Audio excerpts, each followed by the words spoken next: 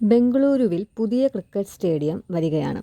കഴിഞ്ഞ ജൂണിൽ നഗരമധ്യത്തിലെ ചിന്നസ്വാമി സ്റ്റേഡിയത്തിൽ ബെംഗളൂരു റോയൽ ചലഞ്ചേഴ്സിൻ്റെ IPL വിജയാഘോഷത്തിനിടയിലുണ്ടായ തിക്കിലും തിരക്കിലും 11 പേർ മരിച്ചതിൻ്റെ പശ്ചാത്തലത്തിലാണ് പുതിയ സ്റ്റേഡിയം നിർമ്മിക്കുന്നത്.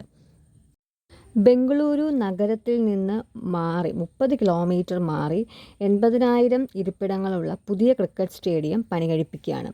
തെക്കൻ ബെംഗളൂരുവിലെ ബൊമ്മസന്ദ്രയ്ക്ക് സമീപം സൂര്യ സിറ്റിയിൽ 100 ഏക്കർ സ്ഥലത്ത് 1650 കോടി രൂപ ചിലവിൽ ക്രിക്കറ്റ് സ്റ്റേഡിയം ഉൾപ്പെടെയുള്ള സ്പോർട്സ് കോംപ്ലക്സ് നിർമ്മിക്കാൻ മുഖ്യമന്ത്രി സിദ്ധരാമയ്യ അനുമതി നൽകിയിരുന്നു.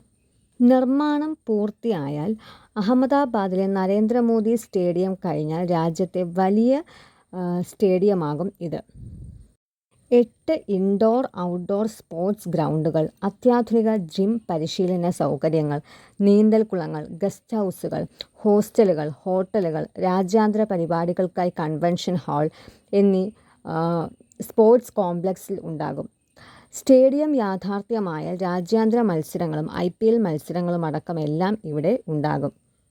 അപ്പോൾ ഇന്നത്തെ വീഡിയോ ഇഷ്ടമായെന്ന് വിചാരിക്കുന്നു. കൂടുതൽ വീഡിയോസിനായിട്ട് ചാനൽ സബ്സ്ക്രൈബ് ചെയ്യാൻ മറക്കണ്ട. താങ്ക്